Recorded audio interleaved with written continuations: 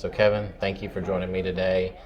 I thought it would be interesting to talk about how the Mighty Rib came about and the story behind it, because everyone knows who the Mighty Rib is and how you talk about food and your pictures and videos and things. But what about Kevin, and how did he start, and how did this become what it is today? And so, walk me through how the Mighty Rib evolved and kind of became what it is today. Well, it started about 13 years ago. I was living in Houston. I was a high school teacher at the time, and I was looking for a hobby, to be quite honest. And I enjoyed writing in college. I was a sports writer in college, and didn't feel like I could write daily about sports. So my next subject that I was interested in was food. I love to eat, and I was passionate about it. And my wife and I took a trip to Kansas City one weekend, and it really was the motivation that I needed to say, you know what, I can write about food, I think. I don't really know what I'm talking about, but I'm going to give this a go. We went to this great barbecue place in Kansas City, went home the next day, woke up at 5 o'clock in the morning, all jazzed and ready to go, and I went on one of those free blogger sites, and the first thing they ask you is, what do you want to name this blog? And I'm like, well, gosh, what am I going to call this thing? And I thought about those ribs I had, and they were amazing. So it's like, let's call this thing the Mighty Rib. Didn't have any aspirations of this being a big thing. I just wanted to flex that writing muscle, that creativity, and maybe a couple of my high school friends from the past would read it. And back then, I don't even think my wife read it. But I stuck with it. I wrote every single day for a full year, every single day. And it just slowly caught on. It took a long time, but it did finally catch on, where it went from 5 people reading it to maybe about 20, and it just kind of grew from there. So, you started the blog in Houston, and then you moved to Little Rock, and then walk me through. You kind of alluded to that about it started with 5 and 20, and then kind of built from there. So that's a lot of work every day. So like what kept you going kind of through that time, and you're trying to build something, and just that takes a lot of determination and grit, honestly, to kind of take it from there. What kept you going? Frankly, I just really loved it. And I tell people that have reached out to me in the past that want to do this, want to be a blogger, and I said, you better love it, because if you don't truly love it, you're going to fizzle out after a month or two. And that's the case, because back then I wasn't reaching anybody, and most people, when they do that, start a blog and they realize they're not really reaching as many people as they want to, they just quit. And I didn't care about reaching a lot of people. I just was having fun covering food. And I did start the blog in Houston. About 6 months into it, I got a paid freelance writing position with the Houston Press. It was something ridiculously low, but I did not care. And I wrote for them for several months, and I just loved it. Did all sorts of assignments. We then moved to Boston for 1 year for my wife's work, and after that year, we then moved to Little Rock. And to answer your question, I never let the numbers really motivate me. I never have, even though I reach a lot of people now. It's not really a big deal to me, in the sense that that's just not where my motivation comes from. My motivation comes from interacting with people. And even early on, I felt like, oh gosh, if I could interact with 3 or 4 people and talk about food and see if that number can bump up slowly, that really was my inspiration. I loved that back and forth, sharing ideas about food. And that's what kept me going. So would you consider, you mentioned the word food blogger, would you consider yourself a food blogger, a food connoisseur?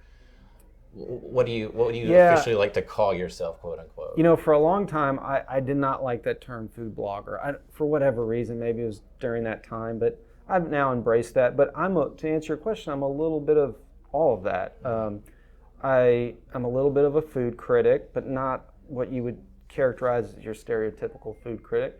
I would say I'm more of a food advocate, where I'm trying to support restaurants and have a platform where I can encourage other folks to patronize those places. But at the same time, I want to give my genuine opinion about a place.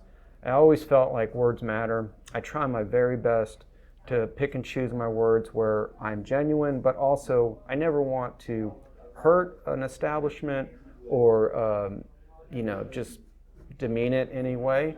And I feel like I can get my point across, be honest with the reader, but also be respectful of the business. And that's important to me. Yes, sir. So who are some of your greatest influences? So as you've gone through the years? Yeah, originally it was my Uncle Mike. He was a sports writer, and I just thought he had the coolest job in the world. And that really got me into writing in college. And it also made me realize how close sports and food are. To this day, when I walk into a restaurant and I'm sitting there at a bar by myself and I'm scanning over the place and watching how it functions, and it's so similar to like a basketball court or a baseball field. And I've always enjoyed that aspect of food and restaurants.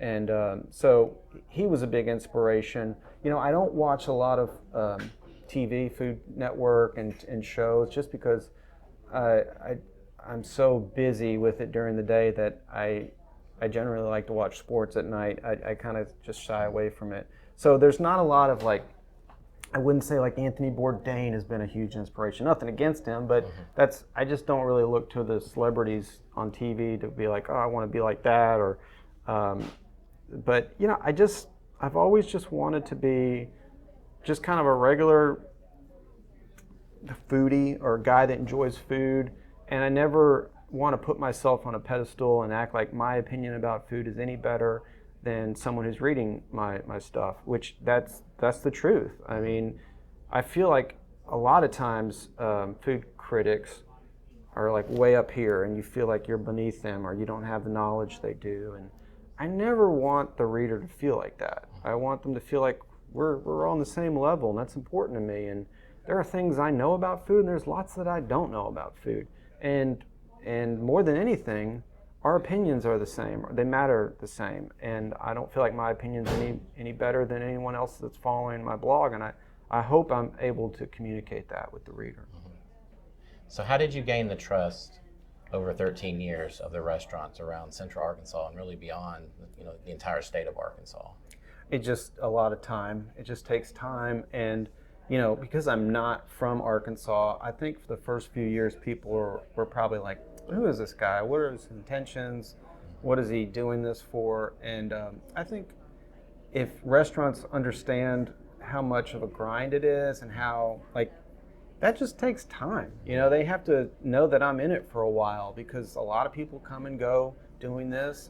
And I hope that they respect the effort that I put in. And I also hope they understand how, while I do not technically work in the industry, I am compassionate for those in the industry. And I want to be able to help tell their story, but I also want to be able to communicate with others how important it is to have a heart for people in the industry, especially after everything that we've gone through in the pandemic.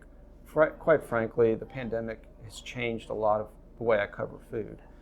Because I visited those restaurants that were suffering, I made it a point when, the pandemic had reached Little Rock. I wanted to go into these restaurants and see what employees and staff and management were going through, and that really stuck with me. How difficult it was for them, and it did change the way I cover food. It made me switch from more of a typical critic to more of an advocate. I felt like they needed someone cheering them on rather than someone pointing out the problems with a certain dish. And so that really kind of changed me a little bit. And as my platform grew, I viewed it as a way to really reach the community and hopefully go even beyond food. That's really important to me. I've always enjoyed the size of Little Rock, North Little Rock, Central Arkansas. I've always been intrigued by the power of word of mouth in this community, where if I can get 5-10 people talking about a restaurant off the post I put up, and they go and then they tell 5 or 10 people, well then now we've got some things happening. And you can't get that necessarily in a big city like I was living in Boston or Houston. And I love that about this area. That's truly one of the things that keeps me going all these years. Is I don't think I would have lasted if I'd stayed in Houston, for example. I love the size of Central Arkansas. I love being able to, it's manageable to me. There's not restaurants opening every single day.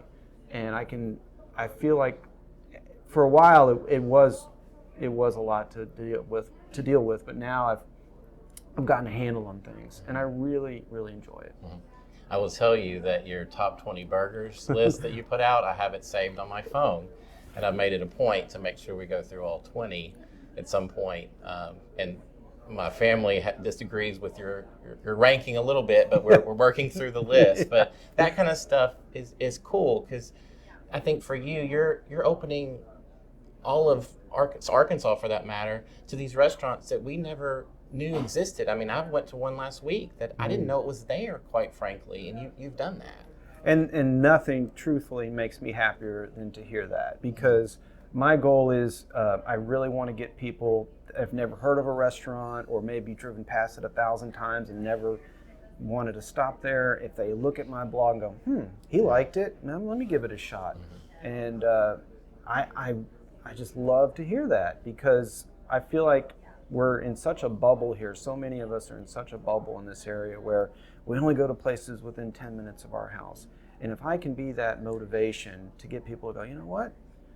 Shaylin drove 30 minutes to Jacksonville, Arkansas. Maybe I'll do it this Saturday, and maybe I'll order what he's having.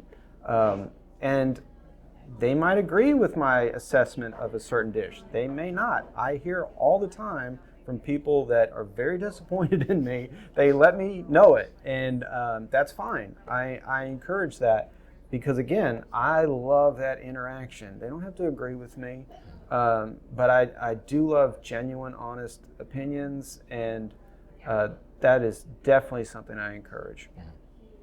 So when you walk into a restaurant for the first time, tell me 3 things that you look for in a restaurant. The first thing is I've got to get a good feeling about the place, of the interior, the atmosphere, the vibe, so to speak. It's just like any other room you walk into. You want to feel comfortable in there. And for whatever reason, there's certain spots that I feel that and others that I don't. So if I feel really comfortable in a space, I just love that. Second, I look towards like how the flow of the restaurant is. I spoke about it previously. One of my favorite things to do is just sit in a bar by myself, ordering a drink, and just taking in the whole restaurant and seeing how it's functioning. How is the general manager treating the other employees? I'll look back in the kitchen. How's that going? Is it chaotic or is it calm? And then finally, when we get to the food, the third thing, the food's it's got to be good, but also is it presented well? It doesn't have to be fancy. You could go to a burger shop, and if it's not presented well, if it's sloppy, are the toppings just kind of tossed on, or is it well constructed? These are all things that we haven't even talked about taste yet. I haven't even gotten into that. So I look for those 3 things right off the bat. And if a restaurant's lacking in a certain area, that doesn't mean I just write it off. It's just something I file in my memory bank, and I'm no different than any other person. There are certain restaurants that I'm inclined to just keep going back to. I try to do keep it as diverse as possible, but there are certain places that I just gravitate to. I love them. Ciao Baci is one of them. Sometimes I think in the back of my mind, people must be sick of seeing me post about Ciao Baci, but I love it. I love being in that space. I love the staff there, and I think it's the best food in town. So I'm going to keep going there, but at the same time, it is important doing what I do to mix it up and go to as many places as possible. So you've been to a lot of restaurants, we all know that. And you've seen the good and you've seen the bad. And honestly, you could really be a consultant for restaurants that are opening, because you've seen all the facets of what it takes to have a good restaurant. So if someone is out there listening and watching and they're interested in opening a restaurant, what are some things that you would recommend that they focus on through that process? Right off the bat, advertising. It is essential. And what I mean by that, ideally, is a strong social media presence. I see so many restaurants that just open and they feel like just turn that key, open the door, and we make great food, and that's enough. That's not enough. Because if people don't know that you're making that great food, what's the point of it? That's where I come in with my blog to help with that. But I can't reach every place. I can't get back to every place. So these restaurants really need to take it upon themselves to prioritize that advertising, to publicize themselves, to get on Instagram, to get on Facebook, to do all the basic things like provide all the basic information, address, the location, menus. Unfortunately, more often than not, a lot of these restaurants don't prioritize that. And you see them come and go. And I'm not saying that's the only reason they might go out of business, but from my perspective, it's a big reason. Mm-hmm. So you really have to promote yourself. And frankly, you don't need to be an expert at it. A lot of times people just want the basics. Post decent pictures of your food. Put that menu out there so people don't have to keep bouncing around looking for it. Because if someone leaves your Facebook page or leaves your website, they may not be coming back. Something might divert their attention. So I think it's just critically important that these restaurants really promote themselves as much as possible. And if that means paying an advertising firm or whatnot, to me, I think that's important because I think it will help ensure success in the future. So let's say you meet somebody that's never been to Little Rock or never been to Central Arkansas, this state. So how would you describe the food scene? I would describe it as promising, still a work in progress, but certainly better than you would anticipate. And I hope that doesn't come off as bad, but I mean, a lot of people's perceptions of Arkansas or the Little Rock food scene is probably nothing too great, probably not overly positive, but once you're here, you realize wow, we've got a lot more than I was expecting. At least that's the way it was for me even 10 or 11 years ago when I moved here. And now we really have a lot of good things. That's not saying we're perfect. We still lack in diversity. We still need a great Ethiopian place. We need Cuban food. We need Korean food. We need more diverse restaurants. But we're getting there. We're moving in the right direction. And frankly, for a city of our size, which is not big, I feel like we do have a lot.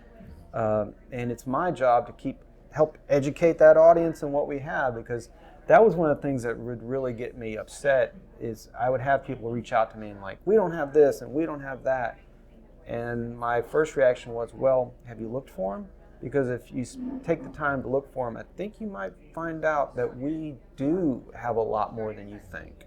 But you gotta, again, get outside your bubble, go to some places, be willing to drive an extra 10 or 15 minutes, cross the river. A lot of people don't like crossing the river into North Little Rock. And vice versa, people in North Little Rock are not too enthused about coming into Little Rock or, God forbid, West Little Rock, all the way out in West Little Rock. So we've got to get more comfortable driving a little further. For me, that's not a big deal coming from Houston with all that traffic. There's nothing that's closer than 20 minutes. I mean, everything's far. So I have that appreciation that a lot of people growing up here probably don't.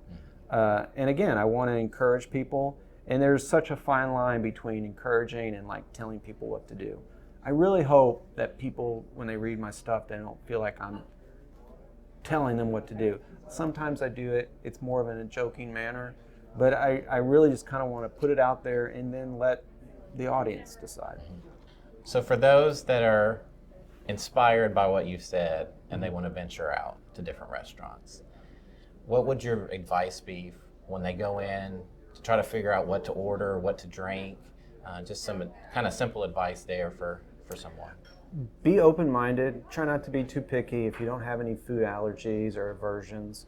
And the thing that I love doing is generally going with a group of 3 or 4 people that, again, share that same mindset as you.